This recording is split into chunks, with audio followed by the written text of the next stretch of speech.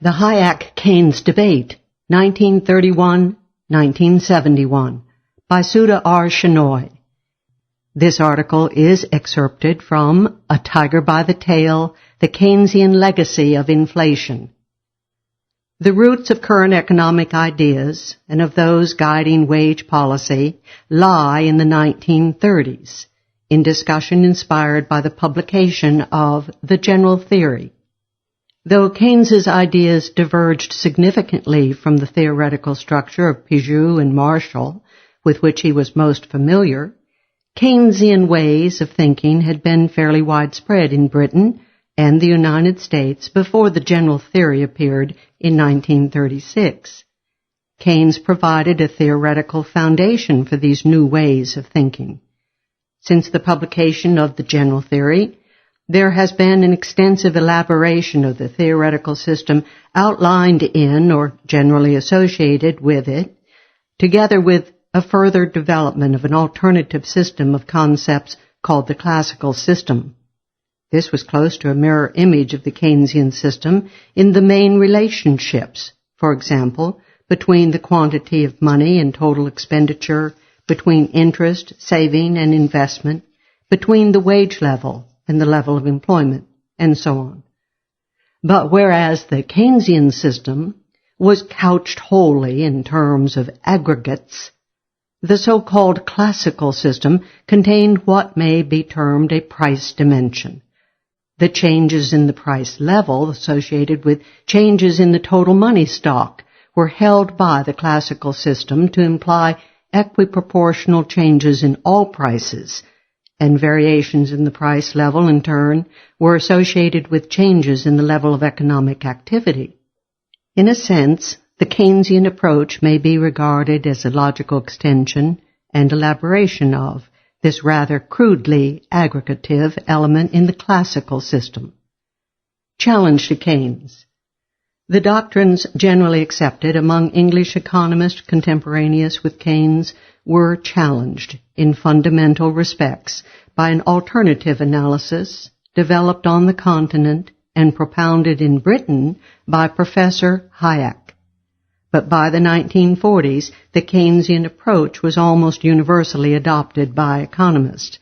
Initially, many appeared to believe that the macro problems of unemployment and depression were solved, and that few other major economic problems would emerge. The only problem remaining, it seemed, was the methods required to ensure full employment. Now that the principle of adequate effective demand is so firmly established, declared Professor Arthur Smithies, economists should devote particular attention to defining the responsibilities of the state. The British White Paper on Employment Policy in 1944 and the full employment commitment in the UN Charter reflected this belief, as did the 1946 Employment Act in the United States. A few dissenting voices warned of trouble ahead. Professor Jacob Viner observed of a report to the Economic and Social Council of the United Nations, National and International Measures for Full Employment, prepared by a group of distinguished economists, J.M. Clark, A. Smithies, N. Caldor, P. Urey, and E.R. Walker. The $64 question with respect to the relations between unemployment and full employment policy is what to do if a policy to guarantee full employment leads to chronic upward pressure on money wages through the operation of collective bargaining. The authors take a good look at the question and run away. Effective demand to provide employment was the key concept in recommendations that Professor Viner rated as much more Keynesian than was the final Keynes himself. Shortly after the General Theory appeared, Professor W. H. Hutt argued that it was a specific for inflation. Even Keynes had doubts a few years after the General Theory. In his essay, How to Pay for the War, London, Macmillan, 1940, he warned the trade unions of the futility of demanding an increase in money rates of wages to compensate for every increase in the cost of living. To prevent inflation, he insisted, some means must be found for withdrawing purchasing power from the market, or prices must rise until the available goods are selling at figures which absorb the increased quantity of expenditure. In other words, the method of inflation. And in a discussion of financing war expenditure, a demand on the part of the trade unions for an increase in money rates of wages to compensate for every increase in his cost of living is futile and greatly to the disadvantage of the working class. Like the dog in the fable, they lose the substance in grasping at the shadow. It is true that the better organized might benefit at the expense of other consumers, but except as an effort at group selfishness, as a means of hustling someone else out of the queue, it is a mug's game. The approach to an income policy. Over the following 25-odd years, the early Keynesian theory was further elaborated and refined, and a highly sophisticated series of macroeconomic models developed. The 1950s, more especially, saw the discovery of cost inflation, in which a rise in wages pushed up the cost level. As prices were determined by cost, and in crucial sectors of the economy were administered on the cost-plus markup practice, prices rose to protect profit margins. But since wages were also incomes, the cost and price increases had no deflationary effect, as effective demand rose simultaneously. In these circumstances, a contractionary monetary fiscal policy would be deflationary. It would lead to socially intolerable levels of unemployment and excess capacity. An alternative measure, directed specifically at rising cost, would have to be devised. If price stability and full employment could both be achieved by keeping wage increases within the limits set by rises in productivity, this implied an income policy. Further investigation into the implications for the price and wage level of linking sectoral wage increases with productivity strengthened the case for a nationally determined wage policy, covering both relative wage rates and the general wage level. If wages rose in the sectors where productivity was rising, the result would be a rise in demand for the outputs of other sectors, resulting in a rise in their prices. Economic policy in the United Kingdom and the United States from 1950 on reflected the adoption of these views. There was a gradual shift from exhortations, guidelines, and pay pauses to more direct attempts to influence and control wages. That such direct control of wages and prices would be needed to forestall the vicious wage-price spiral resulting from full employment had been forecast by Lord Beveridge as early as 1944. By the late 1960s and early 1970s, more economists came to favor an income policy, some reluctantly, Robbins, Mead, Page, Britton, Morgan, others enthusiastically, Bullock, Streeton, Opie. Lord Robbins' case is particularly interesting. In the early 1950s, he analyzed clearly the inflationary implications of the full employment policy contemplated by Beveridge. It gave union leaders a virtual guarantee that whatever wage rates they succeeded in getting, unemployment would not be permitted to emerge. It would give them a continuous incentive to push wages beyond increases in productivity, setting off a vicious spiral of more inflation. This, in turn, might force governments to act directly on wage rates. The present determination of wages by bargain between employer and employed would be suspended. Wage fixing by the state would take its place. He believed, however, that this alternative would be rejected on the ground that in the end its efficient operation would prove to be incompatible with the continuation of political democracy. 17 years later, he argued for an income policy as temporary shock tactics to afford a breathing space in which fundamental monetary fiscal reforms might be advanced and understood. Despairing of the good sense of union leaders, he sought to bring pressure on them indirectly, suggesting that businessmen be restrained from granting inflationary wage increases by restrictions on aggregate demand, even to the point of precipitating bankruptcies, thus preventing the payment of higher wages that would simply be recouped by higher prices. A suggested alternative or parallel measure would be to tax inflationary wage increases granted by firms. He hoped that union leaders' expectations of automatic increases in wages would thereby be frustrated. A similar view is taken by Professors E. Victor Morgan, F. W. Paish, and Sidney Weintraub. An alternative type of income policy was proposed by Mr. Samuel Britton. The government would control the level to which wage rates would be permitted to rise, while allowing employers short of labor to offer higher rates, but without pretending to determine relative wage rates on the basis of social justice. Such a policy, he said, must be treated as a supplement to monetary and fiscal policies that provide sufficient demand to prevent unemployment, but prevent the emergence of excess demand. He suggested as a stopgap a temporary price and wage freeze until these policies were implemented. Two possible implications of this suggestion may be considered. First, if such a break on wage increases is to be more than advice, unions must be willing to accept the guidance of the income authority, implying a permanent watchdog role for the authority, or at least an existence parallel to that of the unions as wage fixers. If the unions refuse to cooperate, presumably the authority will have to take over their wage-fixing function.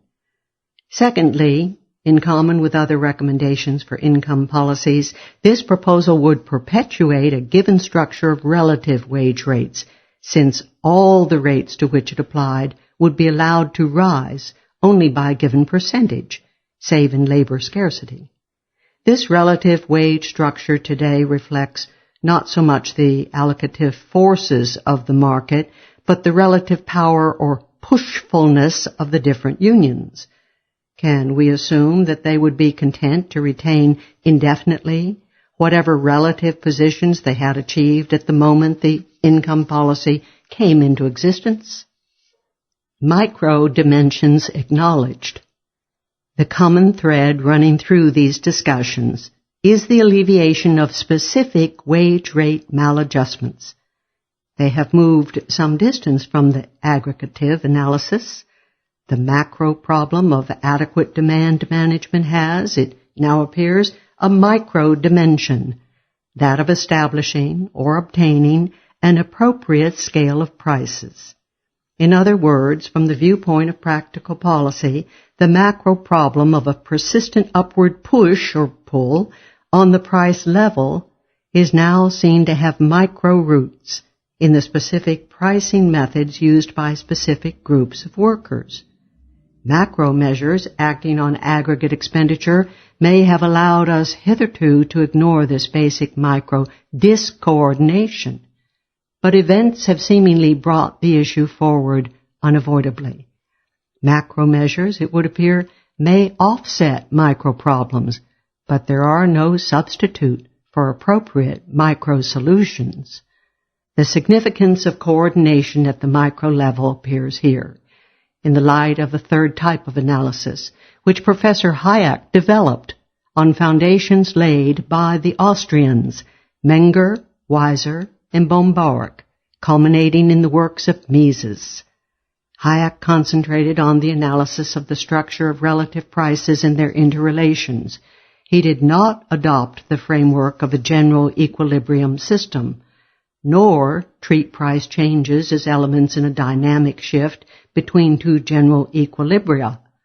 He regarded prices, rather, as empirical reflectors of specific circumstances, and price changes as an interrelated series of changes in these signals that produced a gradual adaptation in the entire price structure, and hence in the outputs of different commodities and services, to the constant, unpredictable changes in the real world. Pricing, in short, is seen as a continuous information collecting and disseminating process. But it is the institutional framework that determines both the extent to which and the degree of success with which prices are enabled to perform this potential signaling or allocative function. This Austrian analysis constitutes a substantial break with classical economic theory, from Adam Smith to J.S. Mill. It differs also both from the doctrines of the English economist after Mill and from the theoretical preoccupations of the Lausanne school with the conditions of general equilibrium. Is there a price level? In his first English work, the 4 lectures published as Prices and Production, Hayek questioned the concept of a price level, that is, a relationship between the total money stock and the total volume of production, variations in this level being associated with variations in aggregate output. He argued that such a concept failed to show that there were specific influences of changes in the stream of money expenditure on the structure of relative prices, and hence on the structure of production. These price and output changes, he maintained, occurred irrespective of changes in the price level. Hayek's analysis implied that if the price level is held stable by offsetting monetary measures, under conditions where the relative price changes would result in a falling price level, the real dislocations would be the same as if prices were made to rise by monetary measures, if otherwise they might have remained stable. In either case, the outcome is a painful correction of the preceding real misdirection, that is, a depression. During the 1920s, the widespread theoretical and policy influence of the stabilizations meant that considerations of the kind sketched by Professor Hayek were not incorporated into either theoretical or policy analysis. Consequently, the price level stability of the period was read as implying a lack of maladjustment in the underlying price structure. This is an extremely oversimplified summary of a complex historical situation, the specific conditions of which were not uniform in all countries. Theoretically and practically, it may be argued that in conditions of depression, there is little choice save to augment the level of monetary expenditure to the highest possible degree. Hayekian analysis, while readily conceding that depressionary symptoms may thus be overlaid, would argue that the problems are then transformed into those arising out of a situation where every reappearance of recessionary symptoms has to be met by ever larger increases of monetary expenditure, eventually issuing in the stagflationist dilemma. This is not necessarily to say that the specific policies pursued in the 1920s and 1930s or the economic and monetary framework of the time represented an approximation to the Hayekian ideal. Hayek has said with regard to the period 1927-1932, up to 1927, I should indeed have expected that because during the preceding boom period prices did not rise, but rather tended to fall, the subsequent depression would be very mild. But, as is well known, in that year an entirely unprecedented action was taken by the American monetary authorities, which makes it impossible to compare the effects of the boom on the subsequent depression with any previous experience. The authorities succeeded, by means of an easy money policy, inaugurated as soon as the symptoms of an impending reaction were noticed, in prolonging the boom for 2 years beyond what would otherwise have been its natural end. And when the crisis finally occurred, for almost 2 more years deliberate attempts were made to prevent by all conceivable means the normal process of liquidation.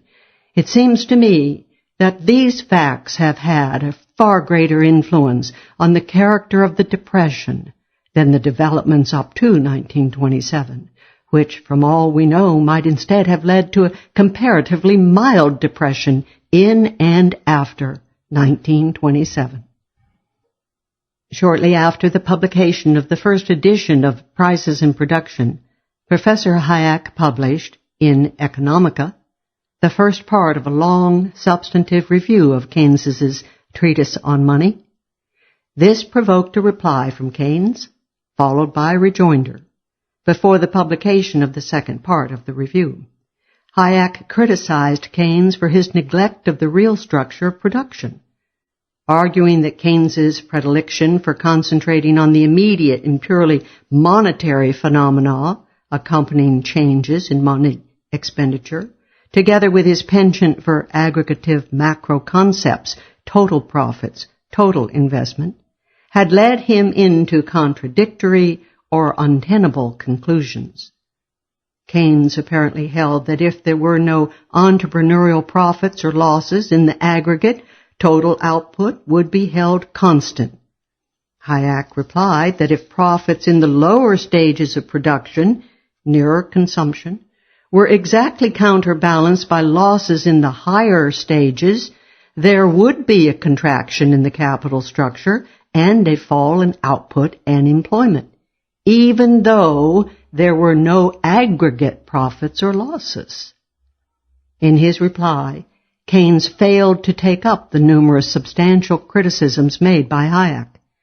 The main point of interest is his explicit statement that, in my view, saving and investment can get out of gear, there being no automatic mechanism in the economic system to keep the two rates equal.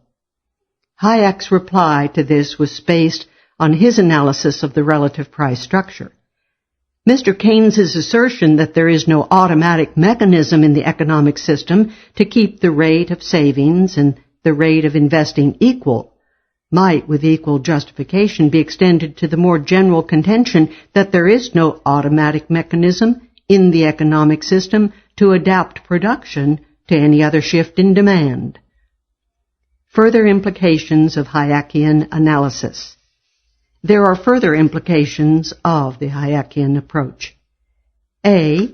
If the current level of output and employment is made to depend on inflation, a slowing down in the pace of inflation will produce recessionary symptoms. Moreover, as the economy becomes adjusted to a particular rate of inflation, the rate must itself be continuously increased if symptoms of a depression are to be avoided. To inflate is to have a tiger by the tail. B. To limit price or wage rate increases by an income policy is to freeze a particular set of price and wage rate interrelationships while underlying circumstances of supply and demand are continually changing. This is like the stability of a set of defective gauges, perpetually pointing to the same set of readings. It reinforces other institutional factors, preventing the specific changes in relative prices and wage rates necessary to the maintenance of full employment. Or, to put this same point from a different angle, if full employment is to be maintained at union-determined wage rates, which are inflexible downwards, all other prices and wage rates must be adjusted to them. Other prices and wage rates must be set at or reach levels consistent with this objective. Even if union-determined wage rates were held down to a maximum percentage increase, it still does not follow that the same percentage increase or a lesser increase in all other prices and wage rates would suffice to achieve full employment. This is why it may be necessary for incomes to rise faster than output, even to secure that increase in output. C. The major objection to an income policy approach is that it merely freezes a given array of prices and wage rates. It does nothing to bring about coordination or to introduce coordinative institutions into the labor sector. So long as the discoordinative potential of such non-market institutions as unions is not tackled, the problem will recur again and again. there may be no substitute for a very painful reshaping of institutions or other means of bringing within the ambit of the pricing system wage rates made impervious to market forces. The alternative is a permanent income policy, an all-around fixing of wage rates and prices. That is, an effectively centrally controlled economy with all its problems. Although we may, as it were, back into this situation unintentionally, this is to say nothing about whether it is desirable politically.